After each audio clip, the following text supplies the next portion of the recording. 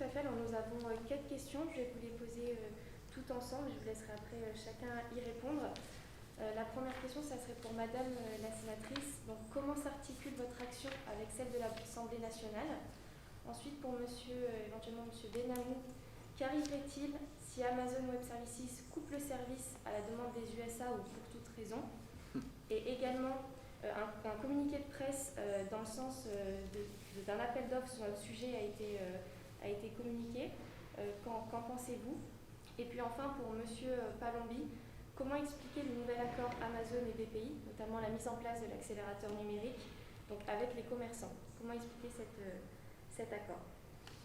Alors je vais commencer sur le travail avec l'Assemblée nationale. Ce n'est pas une question de chapelle, bien qu'on soit ici dans une ancienne chapelle. Je ne sais pas si vous avez l'occasion de voir, mais c'est une très belle pièce. Ce n'est pas une question de chapelle, c'est une question d'habitude. Bon, alors on a des groupes communs, comme on a certains groupes qui travaillent ensemble pour, je crois, l'Office d'évaluation des choix scientifiques et d'autres sujets. Peut-être la délégation au renseignement serait bien inspirée de s'occuper de ça, parce que c'est vraiment un problème de souveraineté. Mais non, on ne travaille pas avec l'Assemblée nationale, chacun travaillant de son côté avec des objectifs et des calendriers qui sont différents. Le sujet qui nous occupe aujourd'hui, c'est un sujet qui est de stratégie nationale, de stratégie européenne, de protection des entreprises, de protection de notre souveraineté numérique, et pour nous, élus sénatoriaux de terrain, la protection de nos entreprises qui sont menacées malgré elles. Parce que vous comprenez bien que toutes ces entreprises qui ont besoin d'un PGE et qui ignorent absolument, parce que c'est aussi ça la question qu'on n'a pas traitée, c'est l'ignorance dans laquelle sont les entreprises de ce que leurs données sont diffusées. Monsieur le Président, parce que les entreprises ne savent pas, lorsqu'elles signent un PGE, que leurs données vont être distribuées. Voilà. Donc là aussi, il y a cette question d'opacité, et on pourra garantir... Voilà, cette affaire manque de transparence du début à la fin, mais on en mesure bien les dangers. Voilà. Donc pour répondre à la question, je suis désolée d'avoir été un peu longue, nous ne travaillons pas avec l'Assemblée nationale, enfin je ne travaille pas avec l'Assemblée nationale sur ces questions, mais rien ne s'y oppose si nos collègues veulent se joindre à notre action. Plus on sera nombreux et mieux ça vaudra. Il se trouve que l'initiative est venue du Sénat et du groupe centriste auquel j'appartiens, mais ça n'a aucune espèce d'importance dans le classement. Je crois qu'il y a vraiment du travail pour tout le monde et à beaucoup de niveaux. Merci. Alors je vais tenter de répondre, puisqu'il était question d'un scénario où effectivement des autorités, en l'occurrence américaines, pourraient être amenées effectivement à vouloir suspendre tel ou tel service. Ce n'est pas de la science-fiction, contrairement à ce qu'on peut croire. Ça s'est déjà produit sur d'autres types d'infrastructures critiques de l'Internet. Et donc, le fait que des structures à ce point stratégiques, dans le cadre en particulier de la pandémie, mais au-delà, je dirais dans le fonctionnement des États, soient dépendantes d'autorités politiques extérieures, ne serait-ce même qu'à l'Union européenne, en tant que telle, c'est une anomalie. C'est-à-dire, par définition, je pense que le périmètre de ce que l'on appelle données sensibles, et peut-être qu'on devra rajouter données sensibles et stratégiques, un peu comme on parle d'infrastructures vitales, je pense qu'effectivement, les données sensibles qui étaient auparavant des catégories bien, je dirais, pour ce qui est des données personnelles, bien que claires, à terme, on voit bien, avec la montée en puissance de ce type de technologie, avec les systèmes d'intelligence artificielle pour le traitement, etc., on voit bien qu'il nous faudra effectivement revenir sur ce qu'est une donnée stratégique. Et par définition, dans ce cadre-là, il est évident qu'une clause d'exclusion aurait dû pouvoir être mise en place en disant c'est beaucoup trop sensible pour pouvoir effectivement être confié à une entreprise extra-européenne qui, de surcroît, comme cela a été dit, répond au droit américain, donc, comme Madame la sénatrice le rappelait, donc le Cloud Act, donc l'extraterritorialité du droit américain, quelles que soient les administrations successives. Là-dessus, il n'y aura pas de changement notable avec l'administration Biden. Par définition, c'est une question effectivement qui devrait être inscrite en dur, c'est-à-dire en clair que le débat qui nous occupe aujourd'hui n'aurait tout simplement pas dû être possible. Merci à vous. En ce qui me concerne... C'est encore pire qu'on imaginait. Oui. En ce qui me concerne, eh bien, d'abord, je vais tout de suite, suite à la question qui a été posée, de la façon dont les choses se sont faites, cette orientation, cette méthodologie BPI Amazon nous met devant le fait accompli. On est pris en otage, en quelque sorte. Parce que d'abord, nous n'avons pas eu, et je me suis permis de le dire au directeur général de la BPI, mais pour quelle raison? Puisque vous avez tellement de bonnes raisons pour avoir fléché Amazon, pour avoir collaboré avec Amazon, eh bien, il fallait le dire au peuple, il fallait le dire aux commerçants que je porte, les petits commerçants, mais également tous les autres.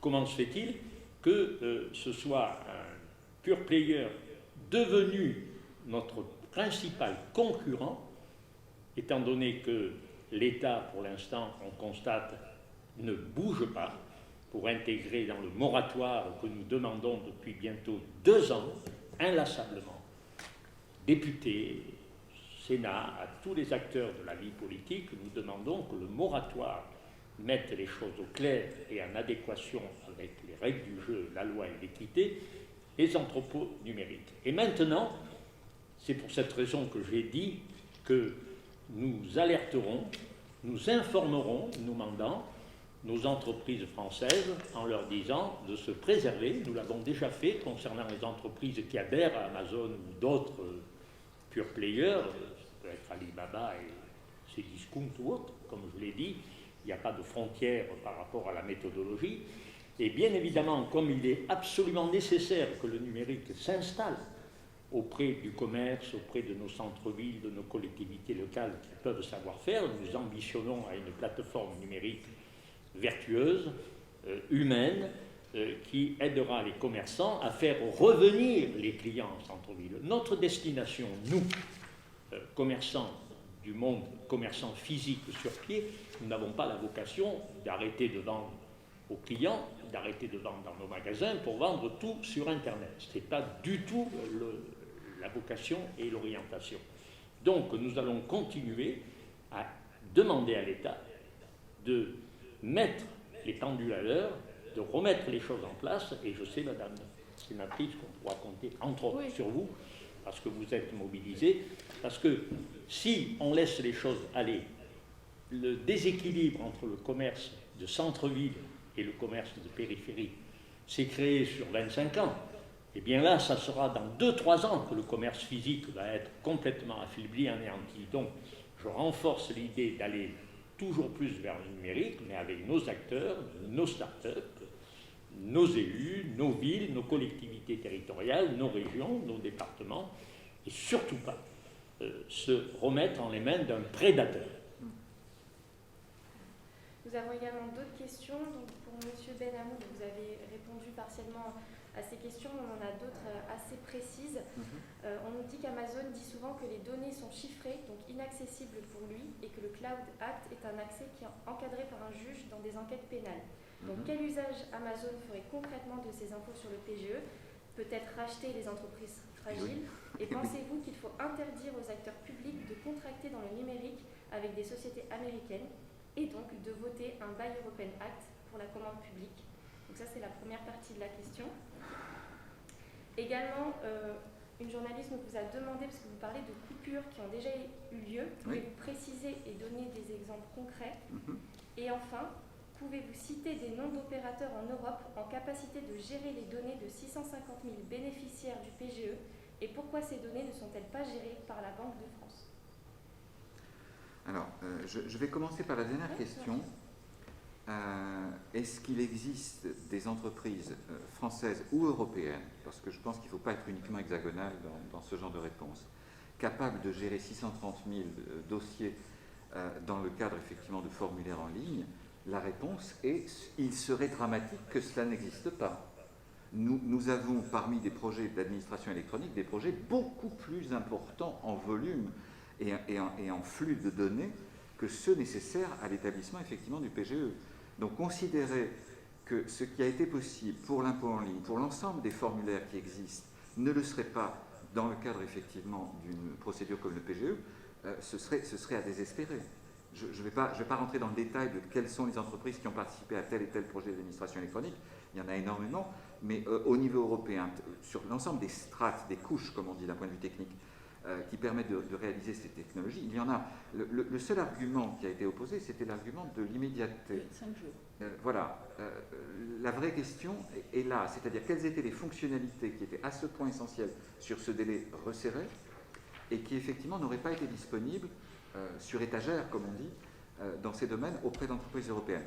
Là-dessus, n'ayant pas le cahier des charges, puisqu'il est question effectivement du cahier des charges, n'ayant pas le cahier des charges, et je pense que ce serait très important que d'articuler comment ce projet a été mis en place et de quelle manière le cahier des charges a été rédigé, je pense qu'effectivement il est difficile d'y répondre. Concernant la crypto, excusez-moi, on va parler de manière correcte, concernant le chiffrement des données. Le fait qu'il y ait un chiffrement, et ça a été très bien démontré par la CNIL dans le cadre justement du Health Data Hub, le fait qu'il y ait un chiffrement et que l'auteur, entre guillemets, le créateur du service, à savoir ici la BPI, puisse effectivement avoir la clé, ne signifie pas que l'hébergeur ne l'a pas, ne serait-ce, et c'était le cas pour Microsoft dans le cas du Health Data Hub, qu'à des fins de maintenance.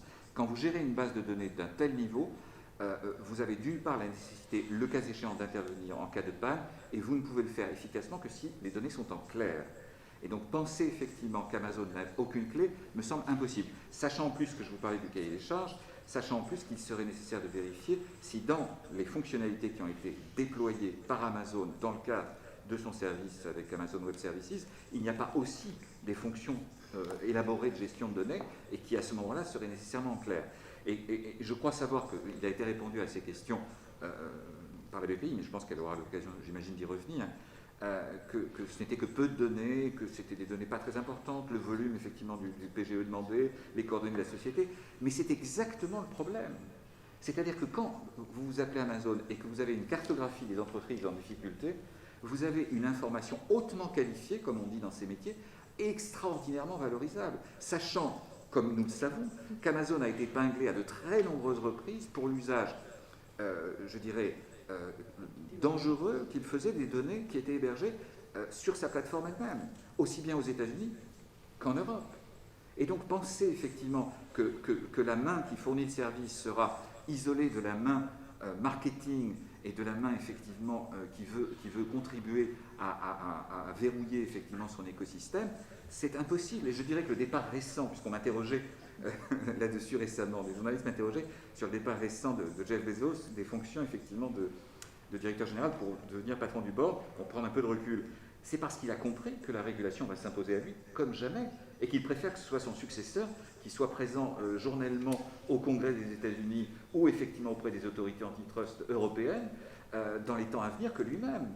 Et donc, d'une certaine manière, je dirais que nous voyons bien que le terrain a changé, le terrain en termes de régulation a changé, et qu'effectivement, comme le disait excellemment Thierry Breton, le commissaire européen, le temps de la naïveté en matière technologique pour l'Europe doit se terminer.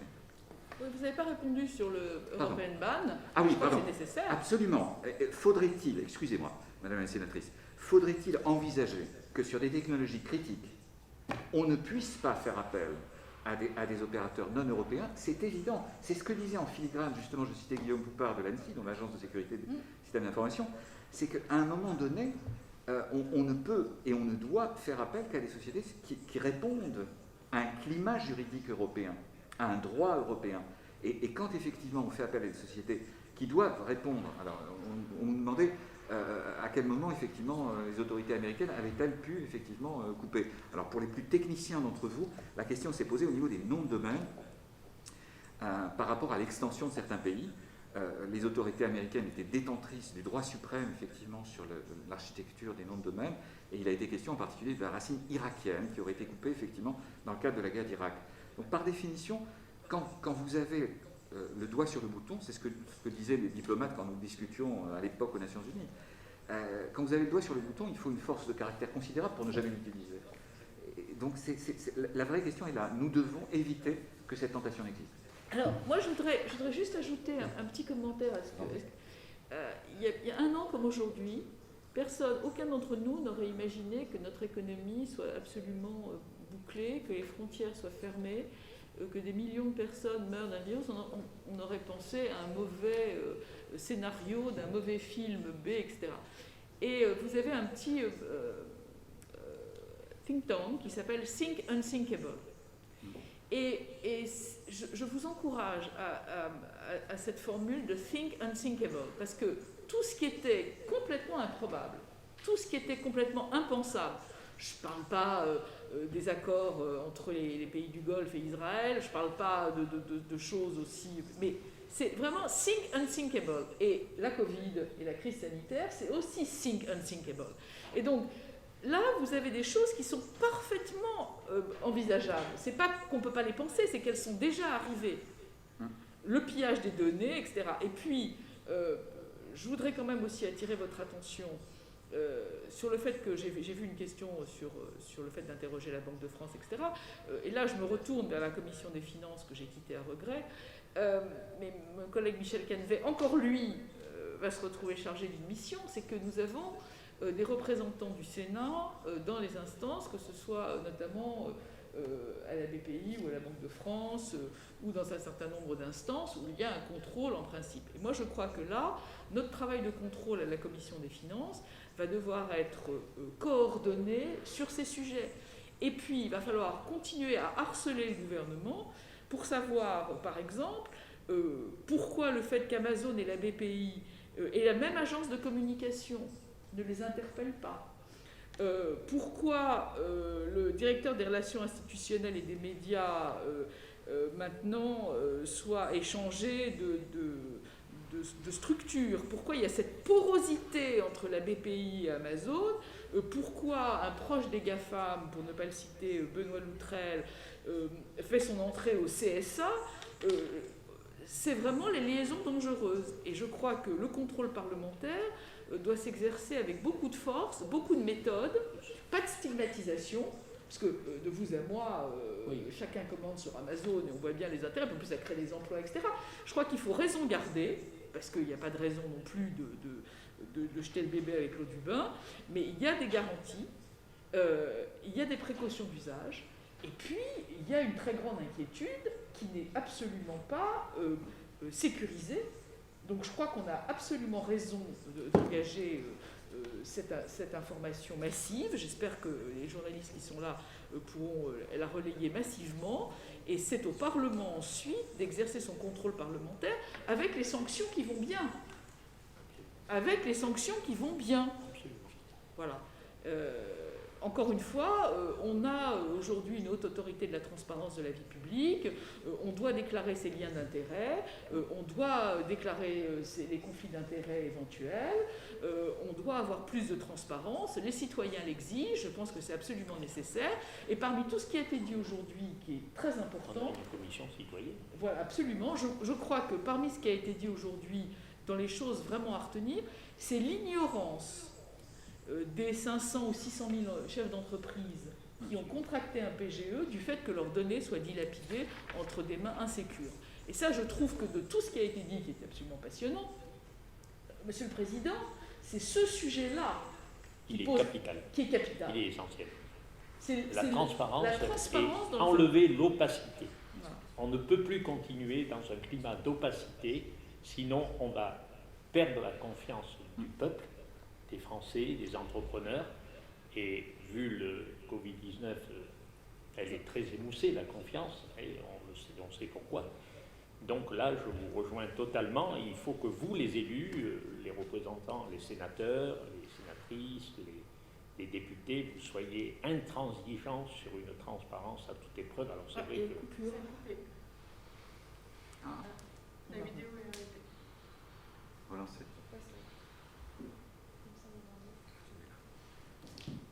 Une petite minute, ça va permettre de réfléchir. On a dépassé. C'est le temps. Non, ça fait pile une heure. Ah. Voilà, alors on a eu une petite... Donc vous parliez de l'intransigeance des parlementaires. Je voudrais vous dire qu'avec certains de mes collègues, on a déposé de très multiples demandes de commissions d'enquête, de missions d'information, des questions écrites, des questions orales. Notamment sur le prix, sur le montant de la transaction entre la BPI et Amazon. C'est quand même important de savoir quel a été le prix. Et puis, les interrogations au gouvernement, je vois une question bien sûr, on le fait régulièrement, Michel Cannevet en bas de mon écran, et lui il l'a fait encore récemment. Mais je crois que, encore une fois, ça a fonctionné. Parce que vous voyez, il y avait une commission d'enquête sur la crise sanitaire. Et puis la question du Data Hub Service s'est posée. Et on a réussi au lieu de créer une commission d'enquête sur le Health Data Hub, on a raccroché cette question à la commission d'enquête qui existait déjà, que ma collègue Sylvie Vermillet a pris à bras le corps. Voilà, donc si vous voulez, on est très attentif, mais je trouve qu'on n'a pas suffisamment de moyens face aux mêmes enjeux, et puis aussi face au gouvernement qui nous renvoie dans nos buts assez régulièrement. Donc il va falloir qu'on connecte nos neurones, nos synapses, et qu'on trouve, cher Michel Canvet, la volonté bretonne alliée à la volonté normande. Et Madame la sénatrice, juste un petit mot, pardonnez-moi de rajouter un mot. Il faut en finir avec l'abus de position dominante de ces pure players et le lien de dépendance. Ce sont deux facteurs qui sont dramatiques pour l'évolution de notre société, de notre politique, de notre Un point, si je peux, un instant. Je vais en tout point effectivement abonder avec ce qui vient d'être dit. C'est-à-dire qu'aujourd'hui, nous sommes conscients que non seulement ces sociétés sont fiscalement indélicates, ont des comportements d'abus de position dominante quasi constants, ont un comportement par rapport à la donnée, à la fois la donnée des industriels, mais aussi les données personnelles, les deux étant souvent liés aujourd'hui, qui est problématique au point, au-delà même de la sphère économique, d'avoir pu influencer, comme on l'a vu, le débat public, voire même effectivement la radicalisation des opinions publiques dans l'ensemble des pays développés, avec des risques démocratiques majeurs. Donc on voit bien qu'aujourd'hui, il ne s'agit plus uniquement de conflits industriels et de valorisation météoritique. Apple, je le remarquais, par exemple, est passé de 1000 à 2000 milliards de dollars de capitalisation pendant la crise Covid. Et donc toutes ces entreprises ont effectivement connu un bond et un essor considérable, au point que Jeff Bezos, qui maintenant doit être l'ancien PDG de sa structure, était effectivement l'un des hommes les plus riches, si ce n'est le plus riche il y a quelques mois, maintenant avec Elon Musk. Donc on voit bien effectivement à quel point on est sur des sujets qui dépassent le simple cadre économique pour rentrer de plein pied dans du politique au sens le plus noble, le plus urgent du terme par rapport à ces questions. Et après le Covid, ça ne sera pas comme avant. Il faut Absolument. que nous y contribuions, les uns et les autres. Absolument. Et il faut aussi rassurer tous ces chefs d'entreprise, parce que maintenant qu'on les a alertés, et maintenant qu'ils vont être avec cette conférence de presse tout à fait informés, il va falloir qu'on ait une politique globale d'information aux entreprises pour leur garantir, y compris les conséquences du pillage de leurs données. Absolument. Parce que ça va se terminer en nombre d'emplois et en monnaie sonnante et trébuchante. Ça va se terminer dans la rue, Madame la sénatrice, c'est ça qui est grave. Ça a commencé dans la rue. Ça a commencé, mais ça peut continuer. On a vu les gilets jaunes qui ont affecté le commerce de fait des manifestations et de tout ce qui s'est passé. Mais attention, le pouvoir est sur les charbons ardents. Mais vous savez que si on ajoute la période des Gilets jaunes à la fin de l'état d'urgence sanitaire, le pays aura été au ralenti et dans un dysfonctionnement complet depuis 2 ans. Et donc, mais il faut, je voudrais quand même ajouter une note positive à tout ce qui s'est dit. D'abord, le fait que nous nous retrouvions autour d'une même table, et je remercie je vous remercie d'être venus, et pour vous dire qu'à la fois, dans cette maison, nous lisons ce que vous écrivez, vos alertes, nous lisons ce que vous écrivez d'eux, même si j'admets que de temps en temps, je ne comprends pas tout. L'essentiel est compris, puisqu'on est là aujourd'hui, et qu'on va mettre en place des dispositifs de protection des entreprises, parce qu'une fois qu'on les a alertés, il faut maintenant qu'on ouvre le parapluie et qu'on les protège. Et avec des lois.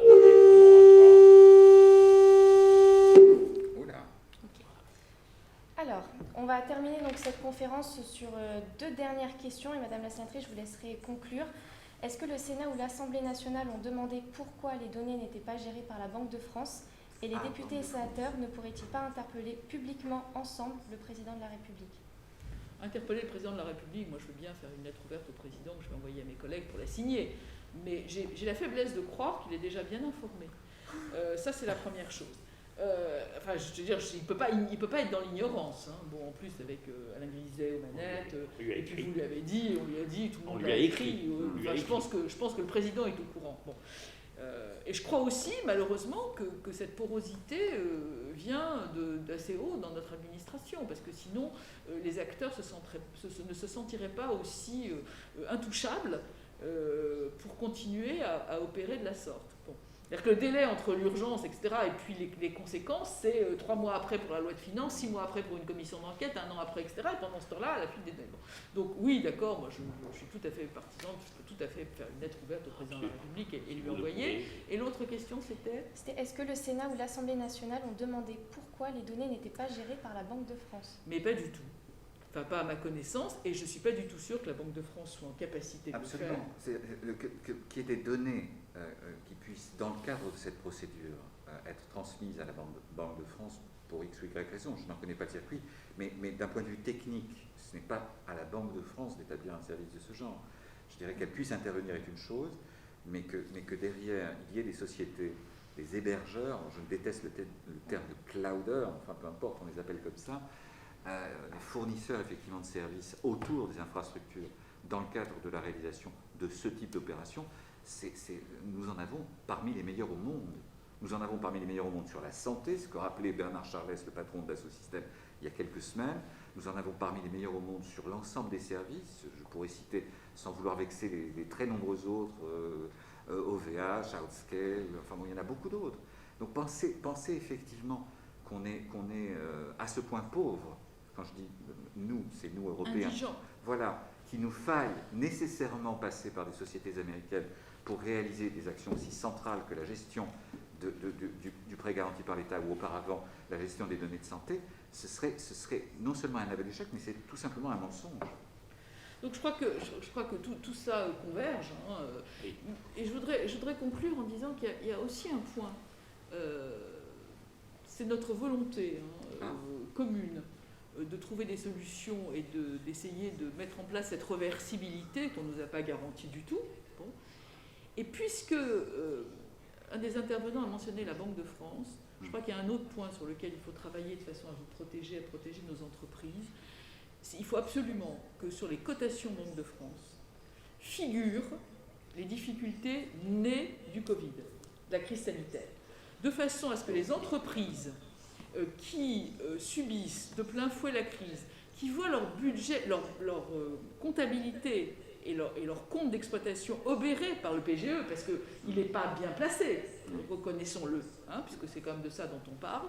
Il faudra vraiment qu'on trouve le moyen, je ne l'ai pas trouvé législativement, mais je suis sûre qu'entre nous, avec tous les gens qui sont autour de la table, on va arriver à trouver une possibilité pour la Banque de France de noter que les difficultés des entreprises proviennent de la crise sanitaire et n'ont pas préexisté.